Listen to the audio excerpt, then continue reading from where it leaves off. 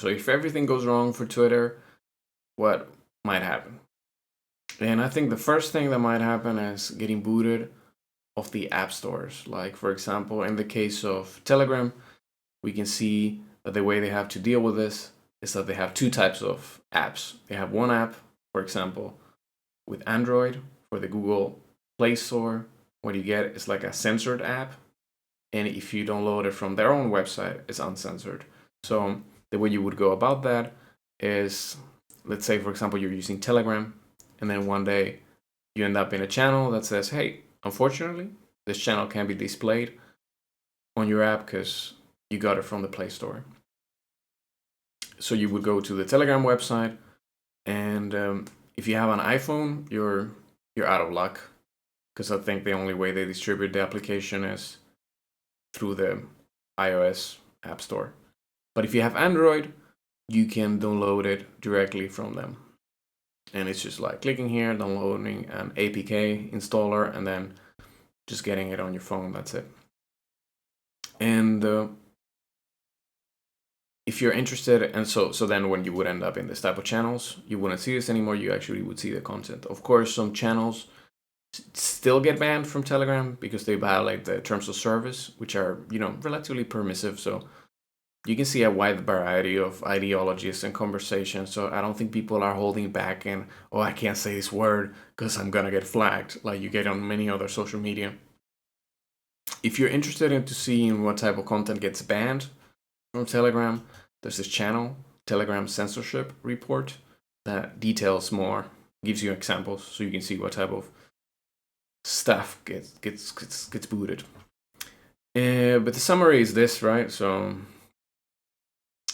Google Play Store, Telegram, not very good. APK Telegram, quite good, I would say. One of the best apps out there. So yeah, getting booted off the App Store. One example of that would be Gab. I think that's what happened to them. And I think the only way you can access it from a phone is that they have a web application. So you have to access it from a browser and then, make a shortcut in the home screen so it makes it feel kind of like an app, but not really. I think it's Twitter will be better off staying away from this option. So if you have to create like two applications, one that is censored and the other one that is not, I think that's still preferable than just getting booted off the app stores. And I think next will be the second option will be getting booted off payment processors, which would be like super bad and kind of ironic, because I think Elon had something to do with the founding of PayPal. I think there was something, he was involved way back and then they sold it. And if we're talking about the meme, like the this type of like iceberg meme, this will getting like pretty deep. I think if you hit this level, if people ban you from payment processing, then you're pretty much screwed. I think there's not a lot of recourse. It's not like you can create your own bank, because I think you need to abide by the rules of this. I don't remember what it's called, but it's like a banking organization that all the banks are affiliated with, and they have certain rules. So I think maybe the only way around it would be with crypto.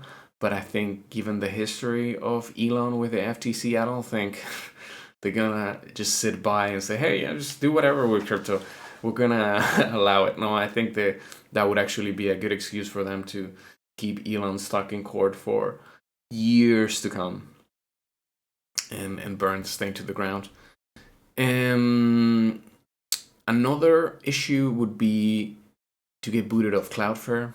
Cloudflare is DDoS protection, so it's like this distributed denial of service. It's a type of attack when people don't like your website, they can just spam your servers until they give up, and it's just too expensive to scale up the servers to the point that you can respond all the queries. So the effective result is that sometimes your website, is down for as long as the attack lasts. And Cloudflare helps mitigate that. They typically have, if you've seen a website where you're getting in, there's some type of captcha or something that forces you to prove that you're human. That's what they're going for. That's what they're trying to avoid, to get attacked by this type of like means. And if you want to know more about Cloudflare and some cases where they have essentially booted off people from their service. The controversies section of Wikipedia is quite extensive. I think some examples would be the Daily Stormer. They got booted from that. I think they made I think the straw that broke the camel's back was they make a joke about Heather Heyer, the woman who got run over in Charlottesville. And I think 8chan was something about the El Paso shooting. Then Kiwi Farms, I think it was doxing related. So when you distribute like information, like identity information, even if it's like publicly available, but just you gather it together, it's a place. I think it's a forum for making fun of internet celebrities, and I think Kefals is the person who got it down ultimately. And I think now, I think the owner Josh Moon, he found a way to still keep it online, but I don't even know the details of the technical aspect of what type of stuff he had to do. I think first your band come from Cloudflare, they went to the Russian alternative, they got banned from there. I think then they started like a bunch of different like servers. I think there was even like a server that was in Ukraine, believe it or not, with the war and everything, and they got booted off that. And then I think there was another one in Portugal. It's like a whole story, basically, of trying to prove like, hey, is there a place for them in the internet anymore? Funnily enough, Cloudflare does host like terror related sites. You can read here there's justifications and then some criminal entities, and I think there's some Twitter alternative for a certain type of worker.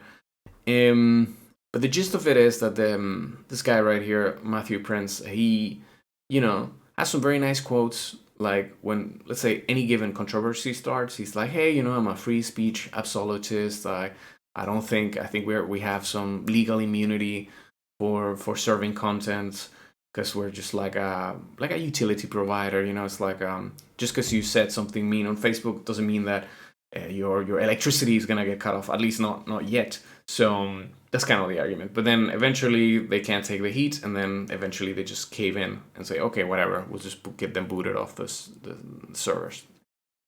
I think a really good article by the Electronic Frontier Foundation, titled "The Internet is Not Facebook, Why Infrastructure Providers Should Stay Out of Content Policing." And I think they make a pretty good point that, they're not shedding any tears over Kiwi Farms. They're not super big fans or anything like that. But this sets a pretty nasty precedent that we're going to weaponize this type of infrastructure provider. So I don't think it's such a good idea to go down this road. But basically, back to Twitter. I think just to summarize what we talked about, the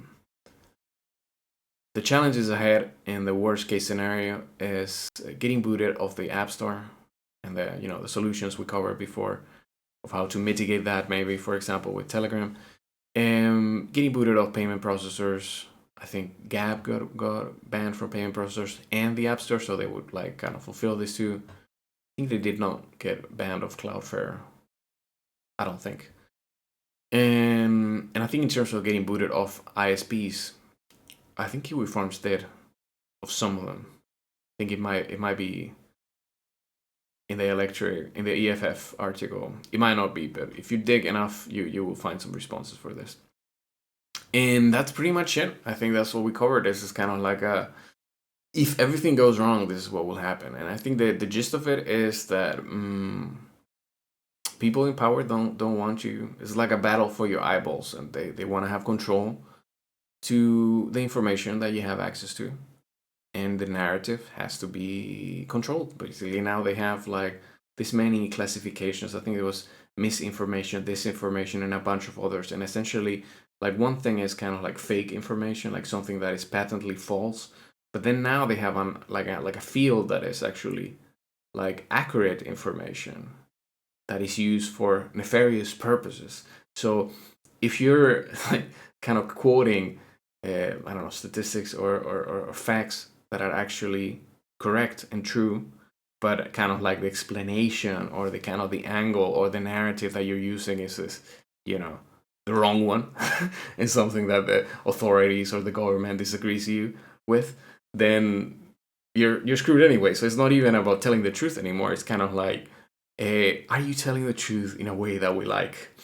And I think this sets off like a horrible precedent in terms of like establishing a chilling effect for opposition, basically. So if you don't like the way your country is ruled or the way things are going, then you're pretty much shit out of luck. And good luck with that, in the future, being a political dissident.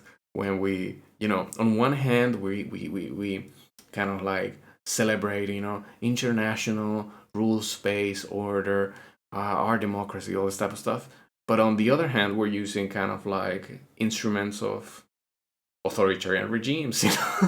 We're persecuting people from comments they make on the internet. Like, that's actually crazy. Like, you would think, the police would have their hands full with actual crimes that now we have to get up in people's businesses and tell them what they can and cannot say. Like, I don't like it. I don't think it's a good direction we're going. And I don't think people say that they want to de-radicalize people, but I don't think this is the best way to do it. I think the only effect from banning people off platforms is that they will go to the tiny corners of the internet where that type of speech is allowed, and it kind of festers because people will become more radical. Before, maybe they had like an idea or two that kind of strays away from the mainstream, but now they will go to places where maybe they have a position even like way deeper than these people had to begin with. So I think we should hash it out, like I think the Twitter should be like a public square where you can argue different points and different opinions, and you shouldn't be able to, you know, scare people off and say, hey, don't say that word. And you can't defend this type of position. All this political ideologies is totally nefarious, and we can never talk about that. Like, I think, in a way, the whole adage with sunlight is the best disinfectant and all that. So yeah, that's my take. I think I'm for freedom to communicate and freedom to defend ideas, even if they're bad ideas. We should be able to talk about them. I don't understand this kind of like it's almost totalitarian, and the fact that say, hey, if you're further to the right than, I don't know, mainstream political party, then you're off the team and we can't talk to you because you're hateful, and bye bye. I think that's a little bit. I mean, it's not about being mean or not. It's just like antithetical to democracy itself. If we're supposed to, have the marketplace of ideas, and suddenly we're saying, hey, there's like a certain, like a subsection, like a huge section of ideology that, like, I don't think you can talk about that. No, no, no, that's the wrong opinion. I'm sorry. I'm gonna ban you. Ban. No, I don't think that's so nice. And because after all, we're adults, right? We shouldn't be able to talk about crazy shit. And somehow, I don't know. Prawn is like easily available pretty much worldwide, and suddenly reading a mean comment on the internet is like a big problem. Like, if we're like so emotionally sensitive that we can just process the idea of dissent, I think it's pretty sad that we've come this far in humanity, and we're straight off the path, like so wide that we're way, of course. I don't know. I don't even know we're gonna make it. The way the direction is going, it's either you're gonna end up with one side totally dominating the other, and in this case, it's being the left is totally dominating the right through NGOs, through multinational corporations, through governments, and so on. But I don't know if the shoe's on the other foot, and then the right gets in power and starts kind of like doing the same thing on the left. Then what's gonna happen then? Are you gonna like it? I don't think so. All right, I think that's it for me. Take care. See you in the next one. Bye.